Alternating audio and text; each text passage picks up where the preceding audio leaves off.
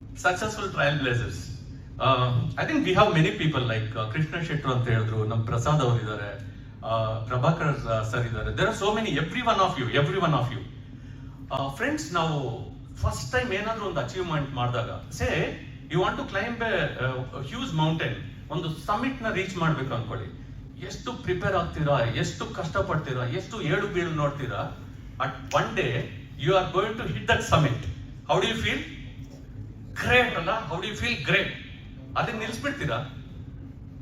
V don't stop. Next time ಇನ್ನೊಂದ್ಸಲ ಏನ್ ಮಾಡ್ತೀವಿ, ಈ ಸಲ ಇನ್ನೂ ಬೇಗ ಹಾಕ್ಬೇಕು, ಇನ್ನೂ ಈಸಿಯಾಗಿ ಹಾಕ್ಬೇಕು, I have to better my record. ಇನ್ನೊಂದ್ಸಲ ಹಾಕ್ತೀರಾ.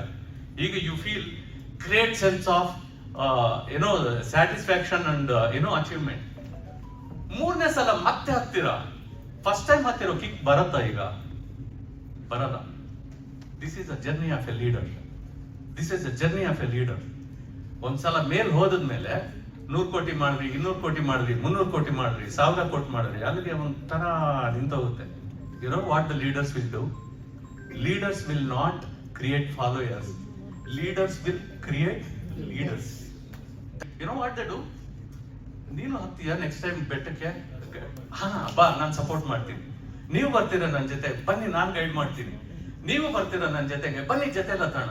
ಈಗ ಅವನ್ಗೆ ಬೆಟ್ಟ ನಾನೇ ಫಸ್ಟ್ ಹತ್ಬೇಕು, ಶಿಖರ ಮುಟ್ಬೇಕು ಅಂತ ಆಸೆ ಇರಲ್ಲ.